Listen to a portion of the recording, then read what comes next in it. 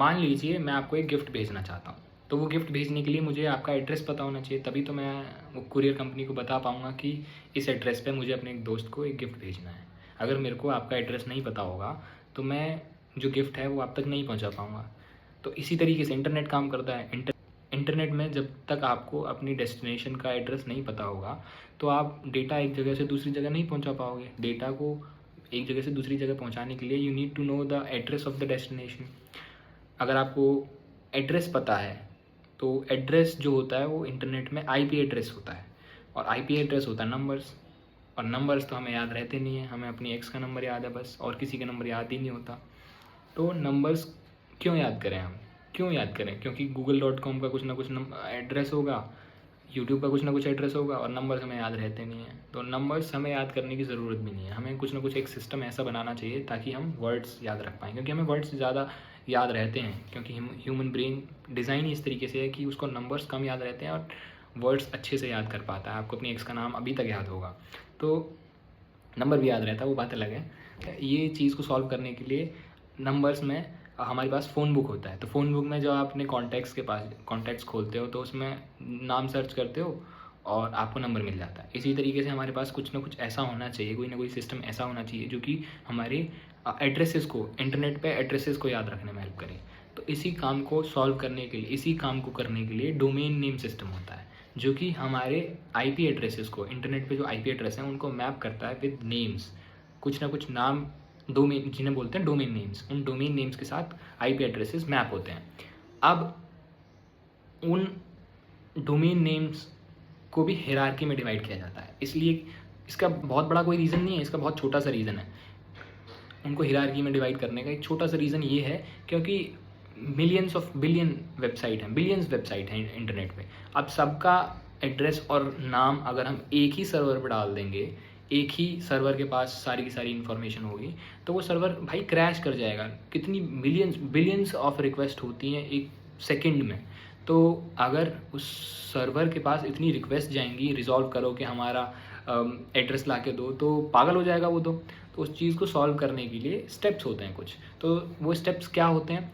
जब आप अपने ब्राउज़र में कोई डोमेन नेम डालते हो, जैसे कि www.google.com या फिर youtube.com, तो वो ब्राउज़र किस तरीके से अप्रोच करता है? ब्राउज़र सबसे पहले तो ये देखता है कि इस डोमेन नेम का जो एड्रेस है वो मेरे लोकल कैश में पड़ा है या नहीं पड़ा है। अगर लोकल कैश में उसका एड्रेस पड़ा है तो वो डायरेक्टली उस एड्रेस को उठा के और अपनी क्वेरी कर लेगा, अपनी रिक्वेस्ट भेज देगा google.com के सर्वर को। लेकिन अगर उसके पास ये एड्रेस लोकल कैश में नहीं पड़ा है, आप पहली बार किसी वेबसाइट पे विज़िट कर रहे हो, तो वो उसको रिजॉल्व करने के लिए एक डोमेन नेम सर्वर होता है, उस पर रिक्वेस्ट करेगा कि मेरे को इस डोमेन नेम का एड्रेस ला के दो ताकि मैं रिक्वेस्ट कर पाऊँ। अब डोमेन नेम सर्वर के पास जब रिक्वेस्ट जाती है तो वो किस तरीके से रिजॉल्व होती है? क्योंकि हिरार्की होती है, एक ही सर्वर के पास सारी डिटेल्स रहेंगी तो वो तो क्रैश करना ही करना है, 100% करेगा। तो हिरार्की होती है, उसको किस तरीके से सॉल्व किया जाता है? आपने देखा होगा डोमेन नेम्स में .com, .org, .in, .net, .edu ये सारी चीज़ें लगी हुई होती हैं। तो वो हिरार्की का ही एक पार्ट है। ये सारे अलग अलग सर्वर्स हैं। देखो हिरार्की क्या होती है, मैं आपको आईपैड पे समझाता हूँ। तो इसमें mail.biology.university.edu, इसमें जो डोमेन नेम है वो इतना बड़ा है।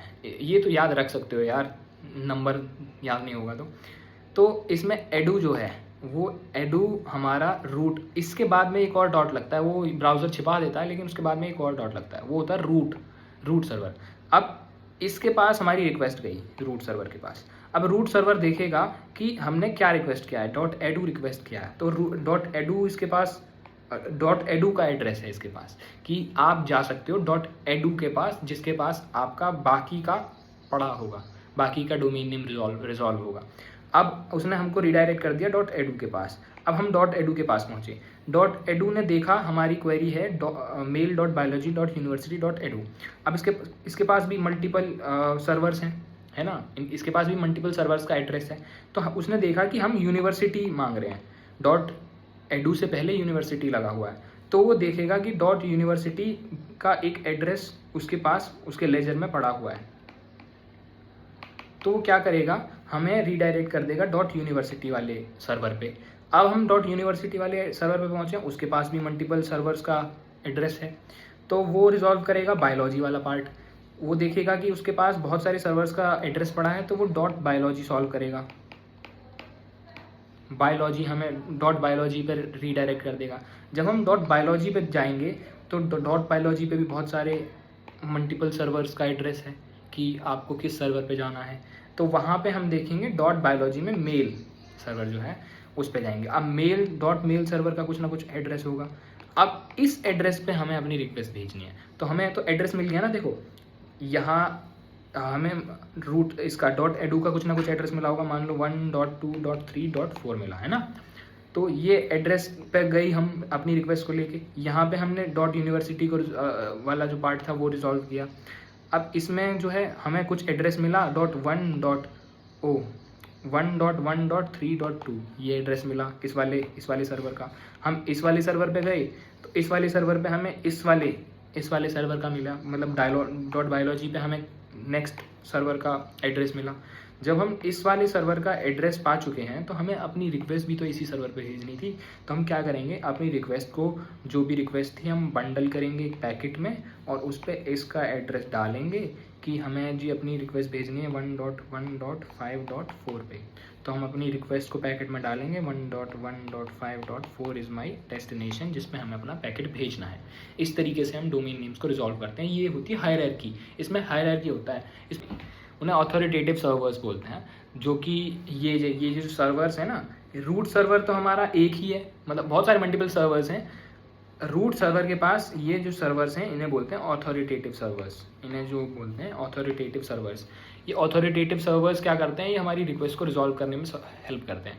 अब हमें एड्रेस मिल गया जहाँ पे अपने भेजना था, हम अपनी रिक्वेस्ट को उसमें बंडल करेंगे और भेज देंगे उस एड्रेस पे। वहाँ से हमें रिस्पांस आ जाएगा, कोई भी रिस्पांस आए, कुछ भी रिस्पांस आता है वहाँ से, जो भी हमें चाहिए था उसका रिस्पांस आता है। तो स्ट्रक्चर क्या होता है, सबसे पहले रूट, फिर उसके बाद टॉप लेवल डोमेन्स, ये इनको बोलते हैं टॉप लेवल डोमेन्स। ये जो है .com .org .edu .in ये सारी टॉप लेवल डोमेन्स होती हैं। फिर उसके बाद ये आती है हमारी यूनिवर्सिटी जो लिखा हुआ है, ये यूनिवर्सिटी है हमारा सेकेंड लेवल डोमेन्स कि उसके बाद भी एक और लेवल है सेकेंड लेवल डोमेन्स। इसमें बहुत सारी चीज़ें आती हैं, .example .यूनिवर्सिटी कुछ भी हो सकता है, आई डोंट केयर।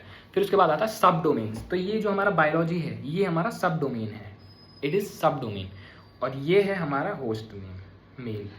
तो इस तरीके से हमारी जो है रिक्वेस्ट रिजॉल्व होती है इन हिरार्कल फॉर्मेट। अब इसमें डोमेन्स के भी टाइप्स होते हैं, डोमेन नेम्स को कैटेगराइज करने के लिए टाइप्स होते हैं उनके।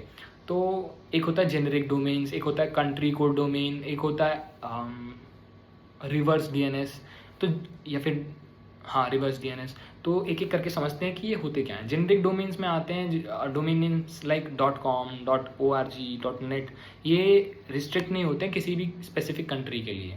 लेकिन कंट्री कोड डोमेन्स जो होते हैं वो स्पेसिफिक कंट्री के लिए रिस्ट्रिक्टेड होते हैं, जैसे कि .in इंडिया के लिए, और .uk यूनाइटेड किंगडम के लिए, .us यूनाइटेड स्टेट्स के लिए, .jp जापान के लिए। ये सारी ये कंट्री कोड डोमेन्स हैं, ये सिर्फ कंट्री स्पेसिफिक हैं, है ना।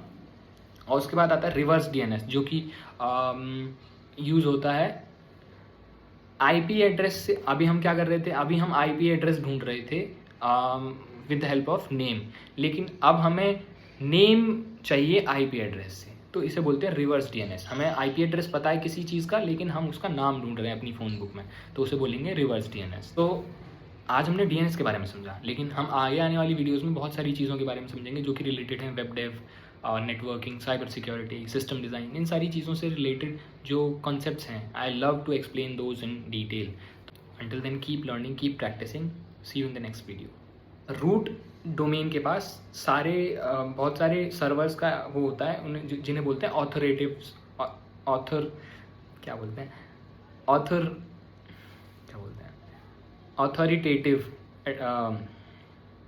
ऑथोरिटेटिव सर्वर्स बोलते हैं उन्हें।